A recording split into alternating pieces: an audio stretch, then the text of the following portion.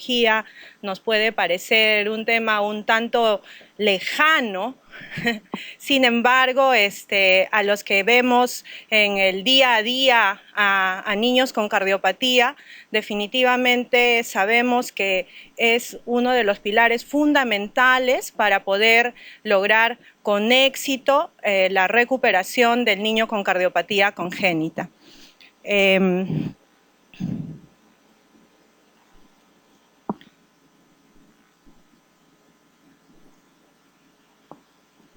Muy bien. La intención de esta charla tiene como objetivo determinar el aporte calórico proteico ideal en cada niño con cardiopatía para poder lograr su recuperación nutricional. De la misma forma, tenemos la intención de plantear una estrategia nutricional para el niño con cardiopatía congénita. Si nosotros podemos ver el gran grupo de riesgo para hacer en gris en las columnas en gris pueden ustedes ver lo que es desnutrición aguda y en las columnas en negro lo que es desnutrición crónica. El gran grupo de riesgo para hacer desnutrición aguda entre los niños con cardiopatía congénita es el de los lactantes menores de 1 año. Sin embargo, el no manejar adecuadamente la desnutrición aguda en este grupo etario va a predisponer a que los siguientes grupos etarios tengan mayor prevalencia de desnutrición crónica. Dentro de estos pacientes con desnutrición, cuando uno los cataloga según la fisiopatología de su cardiopatía, podemos ver que los dos grandes grupos con mayor compromiso son aquellos niños que por su cardiopatía están condicionados a desarrollar insuficiencia cardíaca congestiva y aquellos niños que por su cardiopatía están condicionados a hipoxemia severa. Es lógico y se ve en los resultados también que aquellas cardiopatías que suman tanto insuficiencia cardíaca congestiva como hipoxemia severa van a ser los que tengan aún mayor prevalencia de desnutrición, tanto aguda como crónica. Por ejemplo, en este grupo nosotros tenemos un número regular de pacientes con doble vía de salida del ventrículo derecho sin obstrucción a la vía de salida derecha. Tenemos también a los niños con truncus o los niños que pueden tener canales AB desbalanceados que hacen que se comporten con una mezcla de ambas fisiopatologías. Si nosotros vemos esa misma valoración en una población un tanto más parecida a la nuestra, esta es una serie bastante grande de los niños en México, podemos ver que el tercer grupo es el que tiene tanto mayor compromiso de peso para la edad como de talla para la edad, es decir, desnutrición crónica, así como un compromiso de peso para la talla, desnutrición aguda. Ese tercer grupo precisamente está conformado por aquellos niños con hiperflujo pulmonar y cianóticos además, ¿no? Seguidos, un poco más por delante de los niños con hiperflujo pulmonar solamente, ¿no? Las cardiopatías con hiperflujo acianóticas. Entonces, con esto nosotros podemos ir viendo que identificar ya dos poblaciones grandes, la de los niños menores de 1 año, en principio, y en segundo lugar, la de niños que tienen cardiopatía con hiperflujo y cianosis, seguidos de cardiopatía con hiperflujo. Los niños con cianosis solamente, sin hiperflujo, o los niños con hipertensión pulmonar, son también un grupo que se ve afectado en una medida un tanto menor que la de los dos grupos previos que hemos compartido. Ahora, nosotros podemos ver que los niños con cardiopatía, voy a decir solo un 6% porque uno esperaría un porcentaje mucho mayor, sin embargo, si nos ponemos a pensar 6% de prevalencia de retardo del crecimiento intrauterino es bastante alto en comparación a otro tipo de grupos de niños. Podemos ver que hasta el 6% de niños con cardiopatía congénita sintomática ya nacen con algún grado de retardo de crecimiento uterino. Pero si nosotros lo vemos desde el otro lado, es decir, si pensamos que 94% de los niños con cardiopatía nacen en estado nutricional adecuado, tendríamos que ponernos a pensar entonces que nuestra gran tarea como cardiólogos pediatras o cardiólogos que en primera instancia ven y reconocen a un niño con cardiopatía, nuestra gran tarea es enfocar y orientar a la familia de este niño para evitar precisamente que de ese 94% que nacieron con una condición nutricional aceptable, tengan que pasar a este gran porcentaje de acá, de niños con cardiopatía que hasta en un 60%, si tienen shunt izquierda-derecha, o hasta un 70% de niños con insuficiencia cardíaca congestiva y cianosis pueden terminar desarrollando desnutrición en grado severo. Este porcentaje se ve que se mantiene también en los niños que son hospitalizados, representando el gran porcentaje de desnutrición crónica y un porcentaje un tanto menor, pero no dejando de ser alarmante, desnutrición aguda. Estos números son altamente parecidos a nuestros números acá en el servicio de cardiopediatría, en el que nosotros podríamos decir que más del 70%, según el tipo de cardiopatía de los niños, ingresa en un estado de nutrición entre moderado y severo. ¿Y por qué esto es tan importante? Porque ya se ha visto que la morbimortalidad del niño puede incrementar, hablando de morbilidad sobre tiempo de hospitalización, tiempo de ventilación mecánica, tiempo de requerimiento de uso de inotrópicos, ¿ya? Y bueno, y la mortalidad medida en los primeros 28 días, esto puede aumentar de un 25 a 60% solamente por tener el niño algún grado de desnutrición moderada o severa. Por lo tanto, nuestro enfoque debe ir a evitar que los niños lleguen en estas condiciones. Existe un grupo de niños que no es raro dentro de los niños con cardiopatía, que además comparten otros síndromes, ¿no? Tipo trisomía 21, 18 u otros. Síndromes que además de la cardiopatía tienen otras circunstancias asociadas, como por ejemplo malformaciones en la vía digestiva, que van a condicionar un peor estado nutricional en el niño. Perdón, disculpen. Muy bien. Entonces, si nosotros quisiéramos verlo adicionalmente por cardiopatías específicas, podríamos considerar que los que tienen mayor compromiso acá, sobre todo en las primeras etapas de la vida, son los niños con canal AB, los niños con CIB, en general, ¿no? Los niños que tienen algún tipo de shunt izquierda-derecha. La desnutrición en ellos también va a condicionar un estado de retardo en la maduración esquelética. Esto sobre todo se ve en los niños con hipoxemia, pero también en cierto grado en los niños con insuficiencia cardíaca congestiva. Y como ya lo habíamos mencionado en algún momento, menor riesgo de desnutrición los niños con cardiopatías acianóticas, asintomáticas, que lamentablemente son el grupo más pequeño de niños que nosotros vemos, ¿no? Muy bien. Podemos darnos cuenta que la corrección precoz de las cardiopatías que así lo ameritan va a prevenir y va a permitir sobre todo la recuperación casi al valor adecuado de la talla y el peso del niño. Ahora, revisemos un poco para poder entender luego cuál debe ser nuestra estrategia para manejar a niños con este problema. La desnutrición en el niño con cardiopatía va a depender la presencia de desnutrición del desbalance que pueda ocurrir entre que los niños con cardiopatía tienen un requerimiento energético incrementado, tienen un aumento de las pérdidas de nutrientes por una serie de mecanismos que vamos a revisar rápidamente más adelante, y tienen una ingesta insuficiente por una serie de situaciones que también vamos a ver con un poco más de detalle. Este desbalance obviamente va a favor de un catabolismo mayor en el niño, haciendo que sus condiciones respecto a otros grupos de edad sean mucho más desfavorables. ¿Qué condiciones son las predisponentes? ¿No?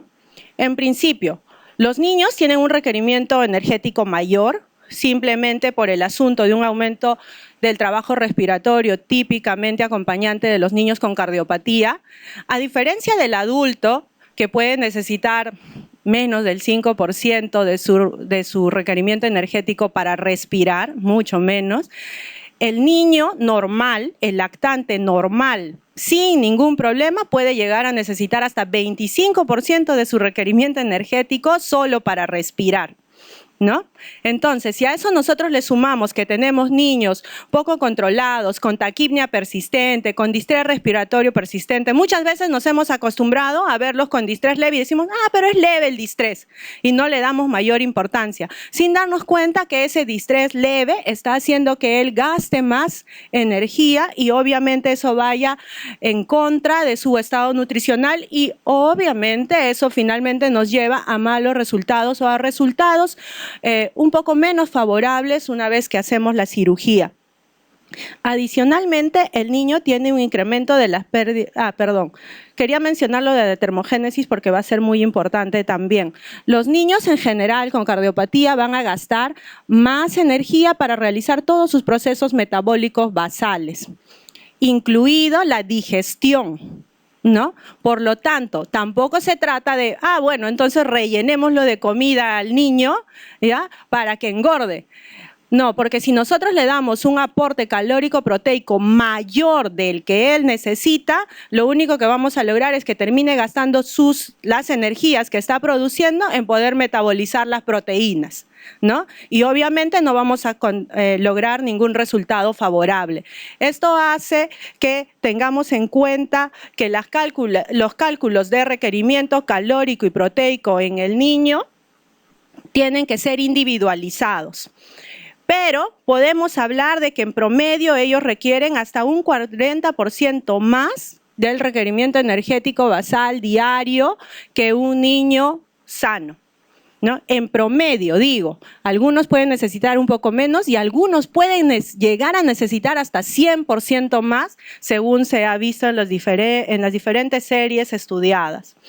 Ahora, respecto a la pérdida de nutrientes, los niños con cardiopatía van a tener pérdidas gastrointestinales o pérdidas renales por el compromiso tanto renal como gastrointestinal como consecuencia de la cardiopatía. Entre las pérdidas gastrointestinales es bastante llamativo la enteropatía perdedora de proteína que puede presentarse en los niños que tengan hipertensión derecha o los niños posoperados de Fontan típicamente, ¿no? Lo mismo asociado a estateorrea por el asunto de la sobrecarga hídrica a nivel intestinal. Esto hace que desaprovechen los nutrientes que están consumiendo. A nivel renal puede haber pérdida de proteínas, puede haber pérdida de glucosa también. Y si además el niño tiene asociados malformaciones gastrointestinales mayores, que puede suceder hasta en un 8% de los niños con cardiopatía, tipo fístula traqueoesofágica, atresia esofágica, malrotación intestinal, hernia diafragmática, etc., todo eso lo va a poner en condiciones aún más desfavorables. Y finalmente, y no menos importante, es esto. Tal vez con lo que los cardiólogos pediatras en el control diario de los niños o los pediatras que vemos a niños con cardiopatía tenemos que luchar día a día, que es la ingesta inapropiada.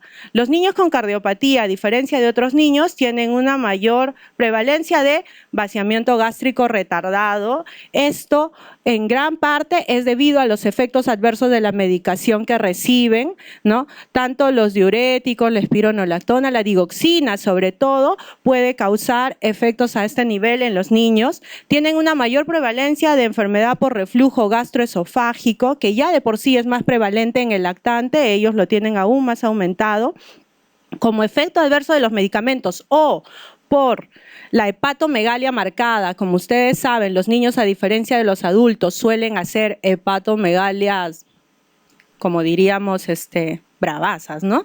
Hacen spam, pueden llegar a duplicar el spam hepático y esto obviamente en la cavidad abdominal ocupar tanto espacio que ellos terminan teniendo bastantes problemas con lo que es saciedad precoz. Si además se asocia a una patología que pueda estar condicionando a citis, la situación va a empeorar. Gastroparesia, hipomotilidad, ya sea por la hipoxia crónica, en el caso de los niños cianóticos, o por el edema intestinal, en el caso de los niños con insuficiencia cardíaca congestiva, asociado además también a situaciones de distensión abdominal que lamentablemente muchas veces se puede sobrevalorar y hacer que no sea raro que constantemente estemos dejando a nuestros niños en condiciones de NPO, sobre todo en el posoperatorio, cuando podríamos tomar algunas otras estrategias para evitar esto y evitar tener que disminuir su ingesta calórica en un momento en el que lo necesitan aún más. Bueno, entonces habíamos revisado que existen una serie de condiciones fisiopatológicas que van a favorecer la desnutrición en el niño. Hemos visto con un poco de detalle las de origen cardíaco y hemos mencionado también las de otro tipo de orígenes. Todo esto ha sido tan estudiado que ya según los diferentes tipos de cardiopatía, los niños han sido catalogados respecto a su riesgo de tener afectado peso o talla para la edad según el tipo de cardiopatía que tengan. Por ejemplo, los niños más afectados en cuanto a peso y talla podrían ser los niños con transposición de grandes vasos si es que la cirugía correctiva se retarda demasiado. Ya, los niños con tetralogía de Fallot. En cuanto a las condiciones no cianóticas, vemos que el peso puede ser afectado más que la talla en condiciones de insuficiencia cardíaca con shunt izquierda-derecha, como ya lo hemos mencionado antes.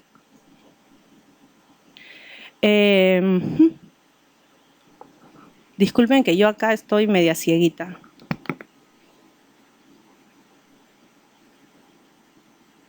Mencionar en cuanto a los niños con hipoxemia persistente que un valor que se ha encontrado que puede ser de mucho más riesgo para el retardo del crecimiento es tener un PO2 con menor de 30.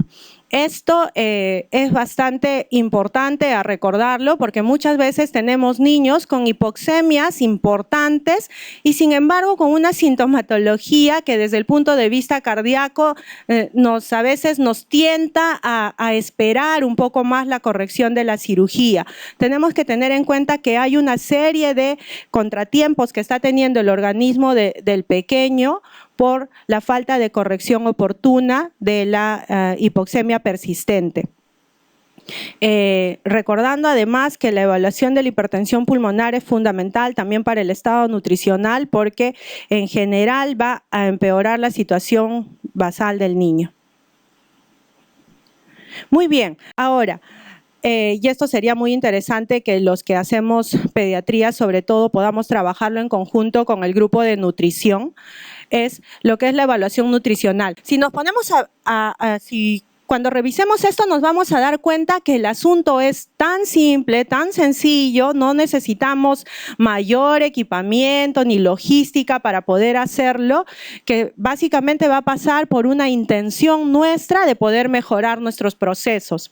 En cuanto a la historia clínica, no voy a redundar mucho en todos los síntomas y características de la alimentación que son necesarios evaluar para ver qué modificaciones se pueden hacer. Por ejemplo, no es raro que los niños con cardiopatía necesiten menos cantidad de volúmenes, pero a unas frecuencias mayores por todos los problemas que he visto que alteran su ingesta.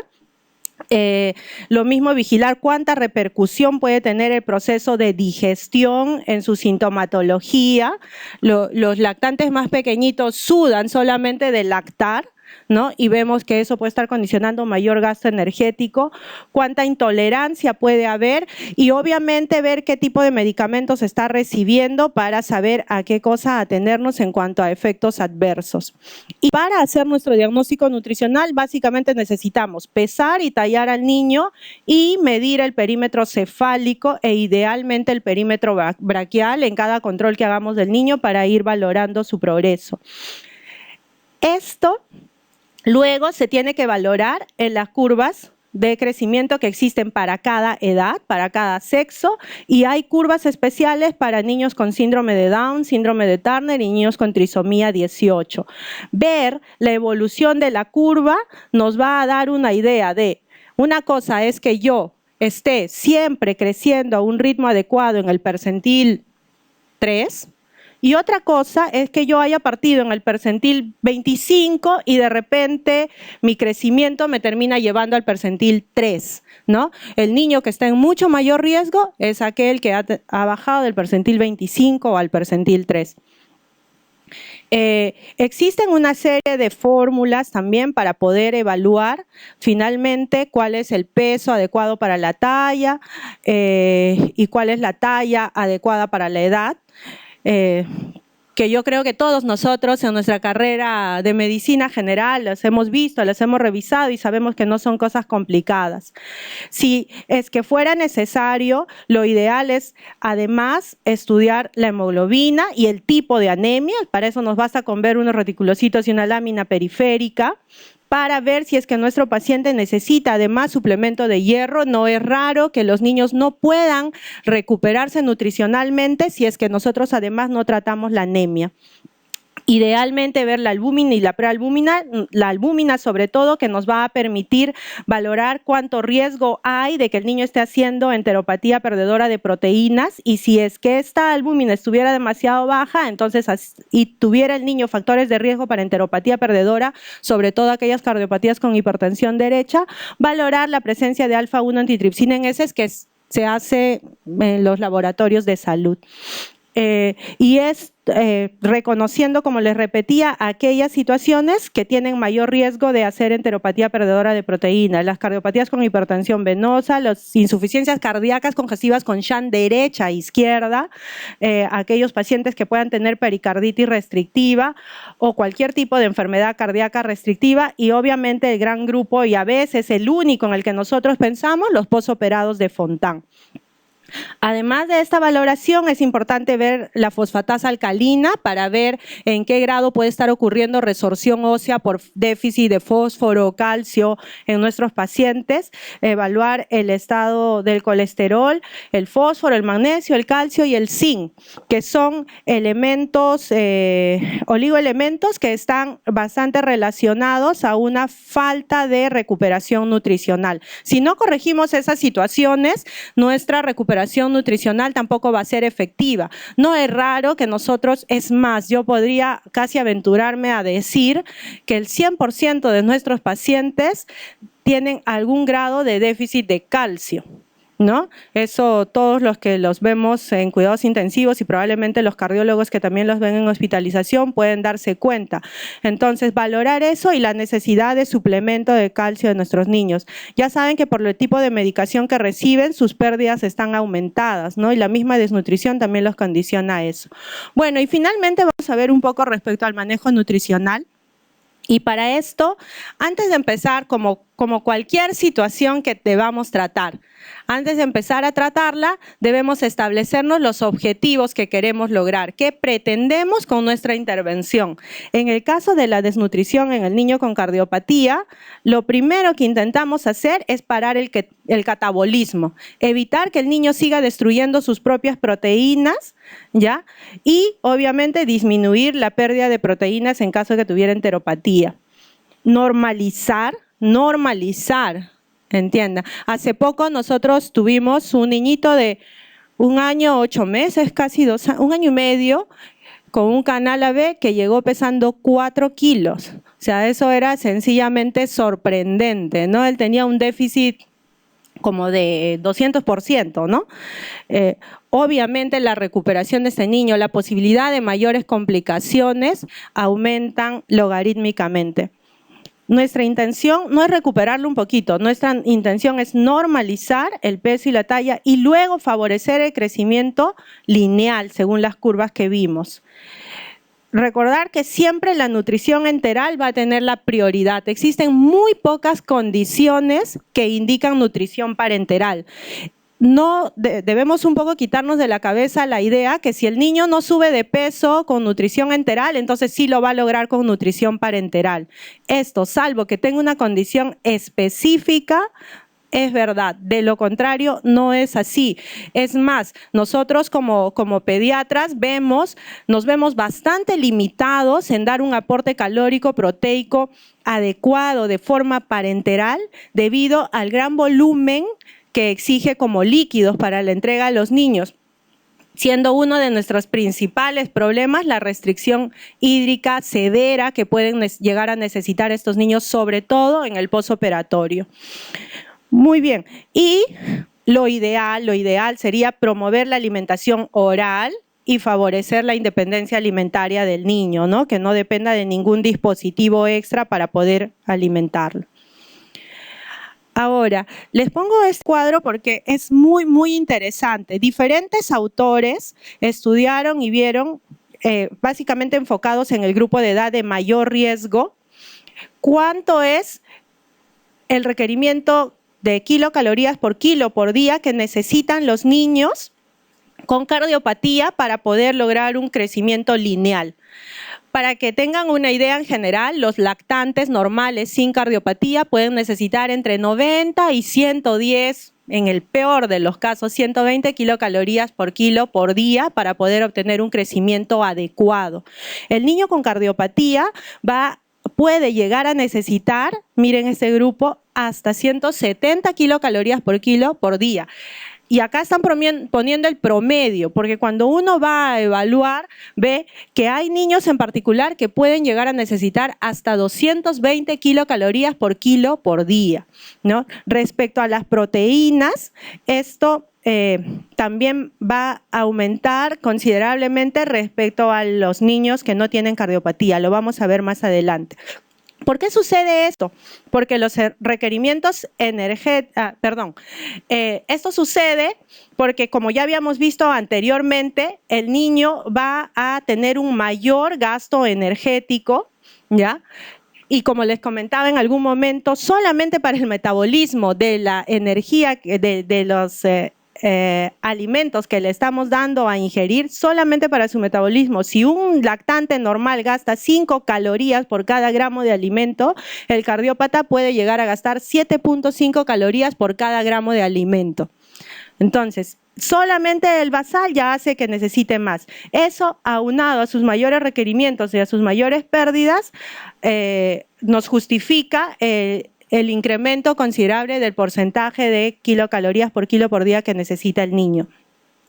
Ahora, un asunto muy importante es que nosotros debemos calcular el requerimiento energético en función al peso ideal. Muchas veces el error que cometemos es, por ejemplo, a mi niño de 1 año y medio que pesaba 4,5 kilos, yo le empiezo a calcular su requerimiento energético en función de sus 4,5 kilos, no voy a lograr recuperarlo favorablemente. Lo ideal es que yo haga el cálculo en función al peso ideal que debería tener el niño. Inicialmente para la talla que tiene, porque recuerden que va a llegar con retardo del crecimiento, y luego que empiece a recuperarme ya lo haré con el peso ideal en general para la nueva talla que yo logre tener con el niño. Recuerden eso, es el cálculo en función del peso para la talla. Ahora, mi aporte energético no va a ser inmediato. Si el niño necesita 220 calorías por kilo, no se las voy a dar hoy día, pues, ¿no? En su postoperatorio 1. Mi aporte tiene que ser progresivo. Vamos a ver unas referencias adelante respecto a perder el miedo a hacer un aumento rápido del aporte calórico, ¿no? En los niños. A veces algunos por el temor podemos pasarnos un par de semanas en llegar a lo ideal, pero vemos que actualmente se propugna hacerlo esto en unos 3 o 4 días máximo, ¿no? Bueno, el aporte calórico debería ser, si es que nosotros vamos a dar por algún motivo nutrición parenteral, por lo menos el 80% del calculado, si es que el niño necesitara si es que hubiésemos dado nutrición enteral. todo lo que yo les estaba hablando antes es en relación a nutrición enteral. Entonces, si yo calculo que le tengo que dar 160 calorías por vía parenteral para asegurar un adecuado crecimiento y recuperación, debería asegurar el 80%. Si nosotros nos ponemos a pensar lograr 140 kilocalorías por kilo por día de forma parenteral, es casi imposible por la restricción hídrica que nuestros niños suelen necesitar en el posoperatorio. Muy bien. Respecto a las proporciones, las grasas deberían representar el 30% de la ingesta total, del 100% de calorías, idealmente menos del 6% como triglicéridos de cadena larga. Lamentablemente en nuestro medio se han retirado algunas fórmulas que nos daban mucho mayor porcentaje de triglicéridos de cadena media, que los niños con cardiopatía son mejor absorbidos por el asunto que veíamos de la estatorrea, que suele ser más frecuente en ellos. Sin embargo, no es recomendable tampoco solo alimentarlos con triglicéridos de cadena media, porque tenemos que tener en cuenta que los ácidos grasos esenciales forman parte de los triglicéridos de cadena larga. Ahora, yo les comentaba esto en algún momento, ¿no? La sobrealimentación para nada es una estrategia válida. Puede, por una serie de alteraciones que puede producir, puede precipitar una falla cardíaca. Debemos vigilar, sobre todo en el niño con desnutrición severa y al que vamos a empezar a nutrir, más aún en el posoperatorio, la presencia del síndrome de realimentación, que también puede producir falla cardíaca por una serie de disturbios en la conducción, arritmias, ¿no? Sobre todo las relacionadas con el QT, además de disturbios hidroelectrolíticos que van a obviamente también empeorar la situación previa. Típicamente ellos hacen hipofosfatemia, hipomagnesemia, hipocalcemia e hipocalemia. Así que estos electrolitos deberían ser vigilados de rutina en los niños en recuperación nutricional, en nuestro caso prácticamente el 100% de los niños, más aún en el posoperatorio. Situación que a nosotros nos ha alegrado mucho que recientemente se haya incluido en el requerimiento de laboratorio el poder dosar magnesio y fósforo. Antes no lo podíamos hacer y era un poco jugar al adivino, ¿no? En los neonatos hay que tener un particular cuidado con la posibilidad de enterocolitis necrotizante. Nosotros el año anterior hemos tenido 4 casos, 4 de niños que han terminado desarrollando enterocolitis necrotizante. Claro, esto es una suma de situaciones, ¿no? La cardiopatía, el tipo de cirugía, otra serie de factores de riesgo y en estos tipos de niños hay que tener mayor cuidado en lo que es el inicio de la nutrición enteral. Respecto al aporte proteico, tener en cuenta que lo sugerido es dar entre 10 y 12% del aporte calórico total, con una relación sugerida de calorías no proteicas sobre cada gramo de proteínas de 30 a 50, ¿ya? Lo ideal, y miren, tengan en cuenta esto, es dar entre 2.5 y 3.5 gramos por kilo por día de proteínas, ¿ya? Idealmente no pasarse de esto porque entonces vamos a causar algunos problemas metabólicos tanto en hígado como en riñón.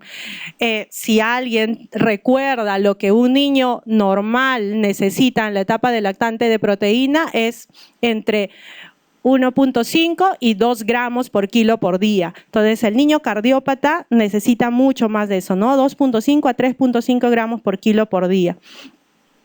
Más aún si es que el niño tiene alguna condición que lo predispone a enteropatía perdedora de proteínas y más aún si la hemos demostrado. No olvidarnos de que estos niños en general tienen depresión de calcio, magnesio, fósforo, sodio inclusive, ¿ya? No es raro que los niños inclusive con insuficiencia cardíaca tengan hiponatremia sostenida, que sea causa de pobre ganancia ponderal y muchas veces pensamos que solamente es consecuencia de la insuficiencia cardíaca, pero vemos que por los medicamentos que ellos usan pueden tener una pérdida incrementada del sodio y pueden estar teniendo una hiponatremia real y necesitar aporte extra de sodio. Algunos oligoelementos para tener en cuenta en la nutrición parenteral son el déficit de selenio y carnitina, que pueden desencadenar cardiomiopatía también, lo mismo que la tiamina, ¿no? Ok, gracias. Sí, ya estamos terminando. ¿Qué cosas hacemos nosotros para esto? en principio, estamos muy a favor de la nutrición enteral, que es lo que promovemos en la UCI cardiopediátrica.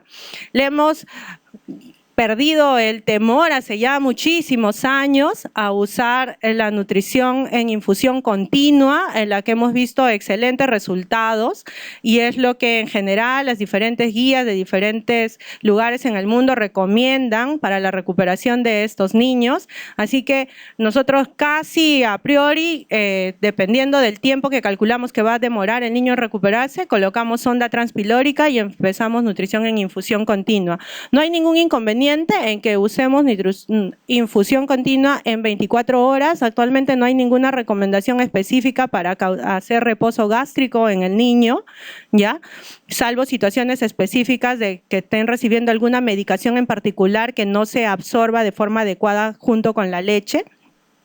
Usamos mucho la concentración de las fórmulas que tenemos acá, que la preparación estándar es al 13%. Nosotros en general las llegamos a usar entre el 16 y 18%, pero está descrito que se podría llegar a usar hasta concentradas al 20%, ¿no? Eso hace que la densidad calórica de la fórmula, que normalmente tiene 68 calorías por 100 mililitros, pueda pasar hasta 100 calorías por mililitro, lo que hace una densidad calórica de 1. Esto nos ayuda mucho cuando restringimos el volumen en los niños, ¿no? Eso nos evita tener que restringir el aporte calórico. También va a aumentar mi aporte de proteínas respecto a la concentración normal.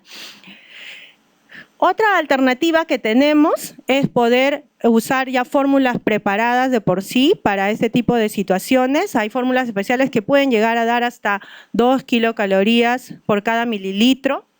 Hay que tener cuidado con la osmolaridad básicamente para evitar situaciones de diarrea.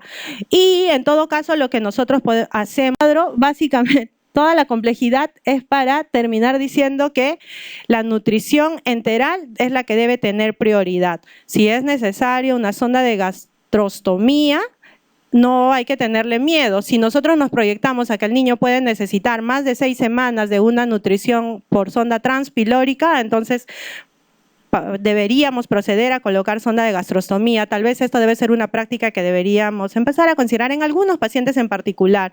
No va a ser frecuente, ¿no?, en el grupo de nuestros niños. Bueno, yo creo que esto resume todo lo que hemos estado comentando, y ya para terminar, recordarles las cosas que hemos ido revisando: el grupo de riesgo mayor, los niños con insuficiencia cardíaca e hipoxemia. El diagnóstico nutricional debe permitirme establecer el peso y la talla ideal, porque en función a eso yo voy a hacer mi aporte calórico proteico, que tengo que tener en cuenta que puede llegar a ser hasta el 100% mayor en el niño con cardiopatía, ¿ya? Y obviamente recordar que todo esto va a evitar que mi morbimortalidad del 25% y se incremente hasta el 60%, como habíamos visto en un momento. ¿Qué cosas creo que tenemos como tareas pendientes en el servicio? Hacer que la evaluación nutricional sea una rutina, ¿no?